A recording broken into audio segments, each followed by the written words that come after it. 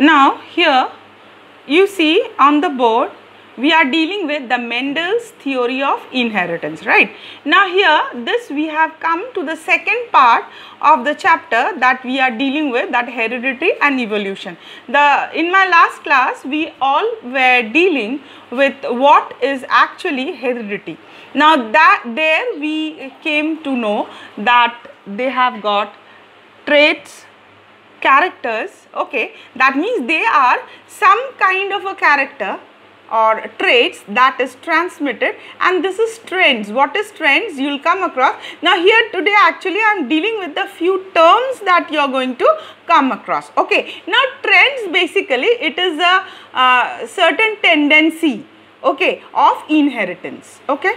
Now next you will come across the term parents and offspring, and here you know offspring in Mendel's theory we don't call it as offspring, we call it as progeny, okay. Progeny means the future generation, okay. Now another thing you see, we will come across just first generation. Okay, now this is a very common thing, that the first parental generation, first batch of offspring, and here we will be calling it as first filial, that is denoted by F1. Second generation is known as the second filial, and it is known as the F2 generation, okay. Now see, this is very important before I get into the detailing of the thing, that you get acquainted with the terms that we would be coming across.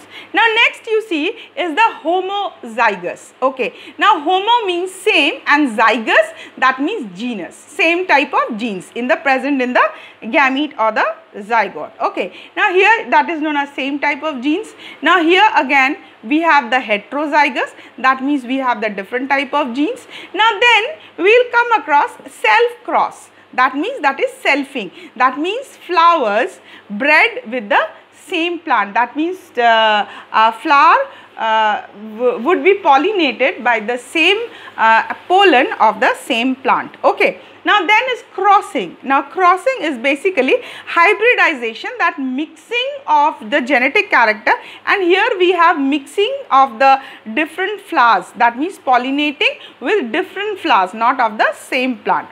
Now we have test cross. What is test cross? That means test cross is for example you know the parent's character. Now you will be selfing that, and what is the result is basically known as a test cross, and that is basically done in F1 generation, where I will come into the detail, I will explain, okay. Now next is the pure breed. Pure breed is if you self-cross a particular plant, that means selfing of a particular plant will produce a pure breed type, okay. Now once we will be doing that, if we deal with the character, we will come across dominant character and recessive character. Now what is the dominant character? Dominant character is one that predominates the other characters. So this is basically known as dominant. For example, that also I will tell you when in the later part. Now the recessive part is one, the character that is suppressed, okay. Now for example you have a white flower and a red flower, okay. Now if you crossbreed them in the generation, if you get all white, all red flower, that means what, the red color was dominant and the white color was barred or restricted from coming into the scene. So the character that do not come up or show up is known as the recessive one, and the character that is presently shows up is called the dominant, okay.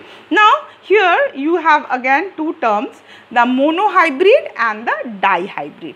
Now what is monohybrid? Monohybrid, mono means a single character taken in hybridization, that is called monohybrid, and dihybrid, you know, if you take two characters but more than two characters, it is a very complicated issue, and at this level in your class 10 you cannot understand that. So in your syllabus it is only dihybrid and monohybrid. Now you see, as I told you that Gregor Mendel, you know, he was basically a physicist, okay.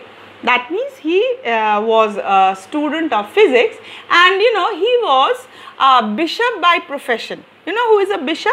Bishop is the one who is in charge of a particular church. Okay, now there, if at that time, it is a very old, in the very old time, that bishop was in charge of maintenance of the church. So he has to grow vegetables for all the nuns and the monks living in the church. Okay, so there he was growing pea plant, pea.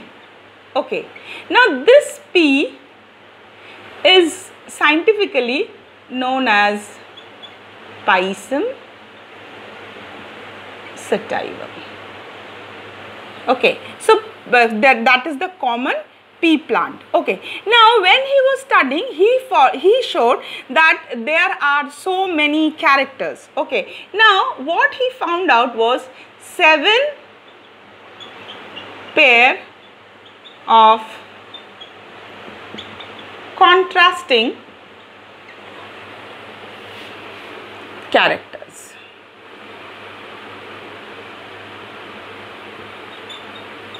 7 pair of contrasting characters he chose. Okay, now why, apart from so many plants, why did he choose the pea plant? Because they are annual. They are annual plants. That means very short growing season. Okay, they have got a very short growing season. That means their season starts from November to maximum March. Okay, so that means if they are planted in somewhat October, okay, now they grow very fast. They grow fast, and flowers and fruit appears in 1 month. Okay, so that means what? If you plant the seeds in October, from November you can see flowers appearing, fruits appearing, and by the time it comes to December, January, the plant is in full bloom. Okay, now the plant is in full bloom, and by the end of the March, the plant dies out. That means why Pisum sativum was taken. First is a short growing season. Okay, that is the reason. And he had seen 7 pairs. That means variety of characters are seen. Variety of characters are seen. Okay, now what are the 7 pair of contrasting character that was taken here? First is, if we consider height, he saw short plants and tall plants. Okay, now second, color of seed. See, you can also in the market also you will see yellow, dry yellow peas and green peas. Okay, now then pod. What is pod? This, you have the seed within this. So this is actually known as the pod, the entire pea, sorry, that. So you have smooth and wrinkle. Okay, then again another character here, what you have is seed type, round, and again wrinkle. Okay, height, color, pod, seed type. Okay, so like that he had so many characters together. Okay, now ultimately see the characters, all you see, they have got a contrasting character. Tall, dwarf, yellow, green, smooth, wrinkle, round, wrinkle. Okay, now then he had that apart from that, flower also, flower, He took into consideration the flower, the color of the flower. Color of the flower he had taken. For example, he had red and white color. Okay. So these basically these are the characters that is taken together. You'll in the book you'll see, but presently in your for your understanding we'll take this one, the short and the tall character in case of monohybrid crosses, and this together, that means 1 2. Okay, for dihybrid crosses we'll have these two characters. Okay, now rest all the characters we'll not take in, and again the smooth round wrinkle that we'll take in the consideration. Okay, now when first thing is, when he started the experimentation on, he took into consideration a pair, for example tall and dwarf plant. Okay, now this tall and the dwarf plant, first he got a pure breed. Okay, again the pure breed. Now how did he get this pure breed? Pure breed is selfing of tall produced tall, and selfing of dwarf produces dwarf plant. So for the convenience, capital T is considered to be as a tall, and small t is considered to be as a dwarf plant, right?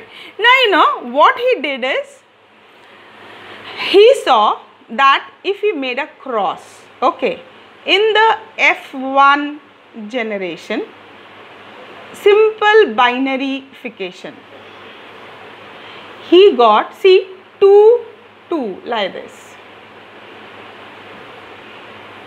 Okay, now here he got, first is capital T small t, then again capital T small t, capital T small t, capital T small t. So now in the first generation, you see all these things what he got was all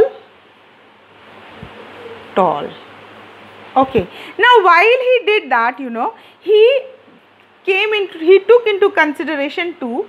One is the phenotype and genotype. See, all the visible characters that is visible is generally known as, these are visible characters, and characters that is within the gene is known as genotype, but it is not visible, but it is within the gene. Okay, now you see in the first generation he crossed tall and dwarf plant. So first was all tall. That means what? This character dominates over this. So he found out that tall is a dominant trait. Okay, then small t, see dwarf, it is a recessive trait. Okay, and what is the ratio here?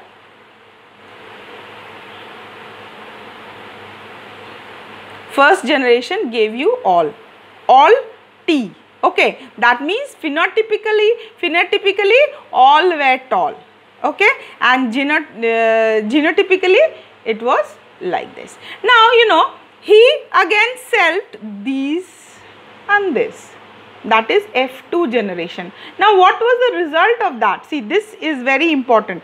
See, capital T will produce this capital T small t, then again capital T small t, and ultimately you have this. So in the second generation, phenotypically we will have 3 tall and 1 dwarf. That means phenotypic ratio is 3:1. And genotypically you see this is a pure tall, pure dwarf, and these are mixed but they are tall. Okay. So genotypically the ratio is 1:2:1. So this part of the thing is very, very important, and this is, you know, is an example of a test cross between a tall and a dwarf. Okay, clear? So this, you know, when you will be getting in your answer sheet, you will have this checkerboard. You will have a checkerboard sort of a thing, and here, you know, it has to be spliced. See, what are the characters? 4. So we will make 4 this thing. Okay, capital T, small t, small t. Okay, this again capital T, small t, small t. So ultimate result is capital T, capital T, small t, then capital T, small t, again TT. Okay, so this way if we do, that is known as a checkerboard type. Okay, basically for the first one you do it like that, and in the next part we will be dealing with the rest. Okay.